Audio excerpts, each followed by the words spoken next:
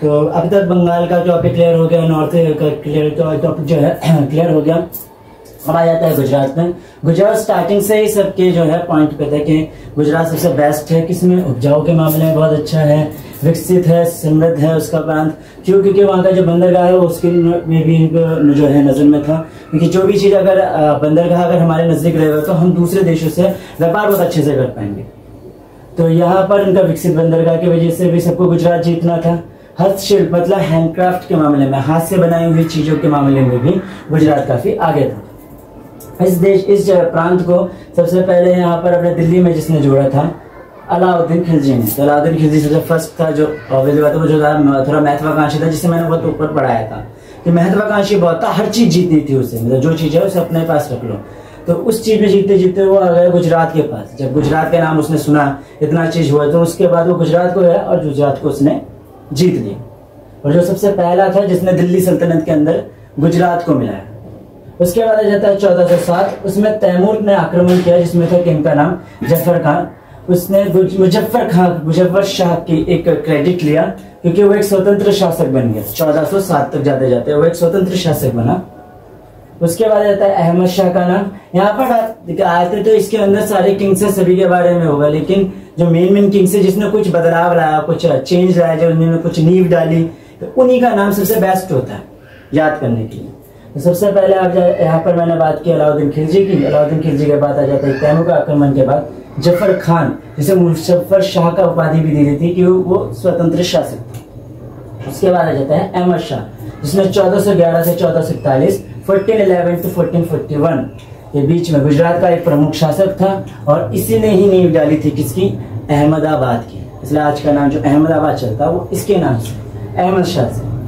इसने जामा मस्जिद, 3 दरवाजा उद्यान, मतलब पार्क्स, बहुत सारे अलग अलग तरह के पार्क को इन्होंने डेकोरेट किया, सौंदर्यीकरण बनवाया। इसके अंदर ये देखा जा रहा है कि ये काफी अच्छा टेक्सचर के मामले में बहुत अच्छा था, ये मतलब चीजों को बनाने में बहुत ज्यादा दिलचस्पी दिखाता था। जामा मस्जिद, 3 दरवाजा और भी बहुत सारी चीजें वगैरह इन्होंने बनवाई थी। जैन वास्तुशिल्प से बहुत प्रभावित हुए थे। जैन लोग अपना मंदिर बनाते थे, अपनी चीजें बनाते थे, तो उससे ये काफी प्रभावित था कि जिसका उसे डेकोरेशन हो उसे देखने में बड़ा अच्छा लगता था। तो इसने वो चीज से काफी प्रभावित था। इसका मतलब इसके जो भी डेकोरेशन हुए होंगे उसके अंदर जैन तो इन्फ्लुएंस हुआ होगा। उसके बाद एक बात आता है, तो ये बहुत कट्टर मुस्लिम था, इसने काफी मंदिरों को तोड़ दिया था।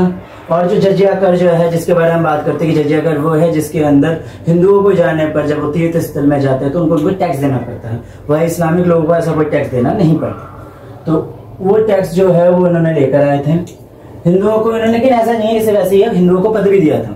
मतलब ये दोनों तरफ से करते थे, हिंदुओं से चीजें ले भी रहे और फिर हिंदुओं को नष्ट भी कर रहे हैं, खराब भी कर रहे हैं, और दूसरे टाइम पे भाई रिफंड में दे भी देते थे कि भाई ले सैलरी ले लें। तो दूसरे टाइम पर इनको हिंदुओं को उन्होंने पद भी दिया था। मालवा के साथ इसकी बहुत बड़ी दुश्मनी थी, जब गुजरात में ये शासन कर रहे हैं और मालवा यहाँ बगल में। तो मालवा के साथ और गुजरात ये बेस्ट राइवल थे उस टाइम के, दोनों काफी ज्यादा बड़े दुश्मन थे। तो मालवा के शासक के साथ इनकी बहुत बड़ी दुश्मनी थी। इनके बाद एक और किसी किंग का नाम आता है, तो आता है महमूद बेगढ़। बेगढ़ का मतलब असल में यह है कि वहां पर जो जूनागढ़ है और वो किले वगैरह है उनको इसने जीता था, इसलिए इनके नाम के आगे ऐसे बेगढ़ लग गया। ऐसा इतिहासकारों को कहना है, जो भी राइटर्स है उनका कहना है, जो भी आए घूमकर इधर से गए उन लोगों का क्या इस चीज के बारे में लिखना है कि महमूद बेगढ़ एक जो शासक है, उन्होंने किलों की वजह से उनका नाम बेगढ़ पड़ा। एक बहुत प्रमुख शासक था गुजरात का, जो किस चीज का संरक्षक था? कला साहित्य, अरबी और फारसी का इसने अनुवाद किया था। और एक उनके दरबारी थे जिनका नाम था उदयराज, वो संस्कृत के बहुत बड़े कवि थे। इससे आप देख सकते हैं कि इस शासन के दौरान, इसके महमूद बेगढ़ के शासन के दौरान एक देखा जा सकता है कि ये खुद अरबी फारसी को जो है प्रोत्साहित कर रहे हैं, खुद अरबी फारसी को ये अनुवाद कर रहे हैं। दूसरा, इनके जो कवि है वो संस्कृत के हैं, और ये खुद एक बहुत ही ज्यादा कला के, कविता के, साहित्य के संरक्षक भी है।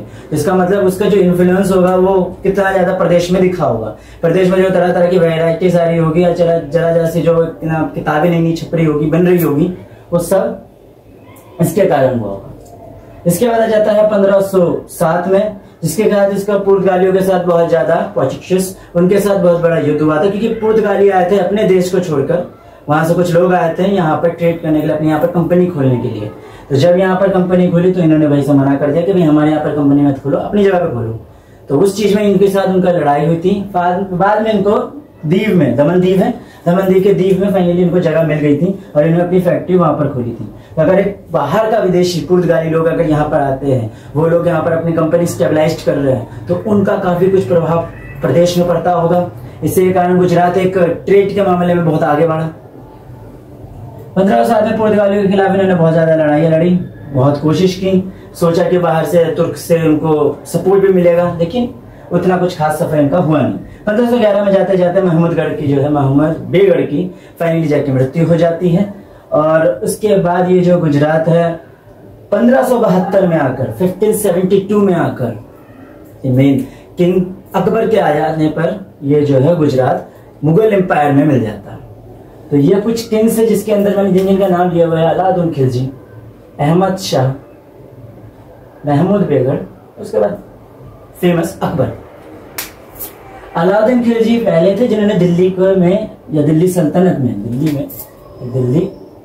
सल्तनत में सबसे पहले गुजरात जैसे समृद्ध, बड़े और उपजाऊ, विकसित, हस्तशिल्प में बढ़िया, हर चीज में बढ़िया, काफी देखा जाता है एक बहुत बढ़िया जो पैकेज का एक स्टेट है उसको अपने में मिला लिया। उसके बाद तैमूर में जफर खान, जिसको मुजफ्फर शाह की जो है उपाधि मिली थी, अपने आप में एक स्वतंत्र शासक बने गए थे, मीन्स वो किसी का अंडर में नहीं थी। दूसरा आ जाता है तो अहमद शाह ने, जिसमें एक गुजरात का एक बहुत बड़ा एरिया है अहमदाबाद, उसको अपने नाम पर बसाया था, नींव डाली थी। उसके बाद आ जाते हैं महमूद बेगढ़, जिनका कला साहित्य में काफी ज्यादा योगदान रहा। और उसके बाद आ जाता है पुर्तगालियों का आगमन, जिस पुर्तगालियों के आगमन से प्रदेश कुछ तो इन्फ्लुएंस हुआ होगा। और उसके बाद आ जाते हैं फाइनली, जब इनकी मृत्यु के बाद ये गुजरात चला जाता है तो वापस उसको गुजरात को अपने एक एम्पायर में, किसी बड़े एम्पायर में मिलना होता है, तो वो था मुगल एम्पायर, जिसने अकबर ने किया। तो इस प्रकार से आपका नॉर्थ का पूरा क्लियर हो जाता है। ईस्ट में देखा है तो हमने बंगाल का क्लियर किया और अब गुजरात का क्लियर करके हमने वेस्ट भी कंप्लीट कर दिया। इसके बाद जो आएंगे वो आएंगे विजयनगर और बहमनी, जिनमें से साउथ का पूरा उस चीज का आएगा, जो बड़े साम्राज्य थे। और उस टाइम पर उन दो साम्राज्यों के जो किंग्स थे उन्होंने किस किस तरीके से समाज में चीजें निकाली। क्योंकि देखिए एक किंग क्या करता है, एक किंग अपना राज चलाता है तो वो राज चलाते वक्त वो अपनी सारी चीजें उसके अंदर दिखाएगा, कोशिश करेगा कि वो हर एक चीज जो उसे पसंद है वो जनता को भी पसंद है, तो वह हर चीज उसमें डालेगा। तो वो कॉइन्स के रूप में, बुक्स के रूप में, अभिलेख होंगे, इंस्क्रिप्शंस होंगे, उसके रूप में किसी भी तरीके से वो दिखाएगा। और इसके अलावा वो अगर कला साहित्य का, चाहे किसी भी तरह का कला हो, वो अगर उस चीज का वो संरक्षक है तो वो उस चीज को बढ़ावा देगा। तो तरह तरह के जो कला के वो लोग होंगे वो उस दरबार में आएंगे और अपनी अपनी चीजें दिखाएंगे। इससे उस प्रदेश में वैरायटीज बढ़ेंगी और समाज में जो ये प्रदेश जो इतना कुछ डेवलप करता है वो डेवलप होगा। तो इस पूरे चैप्टर के अंदर सिर्फ हमें यही पढ़ना है, ठीक है। तो आज के साथ गुजरात का ये टॉपिक क्लियर होता है।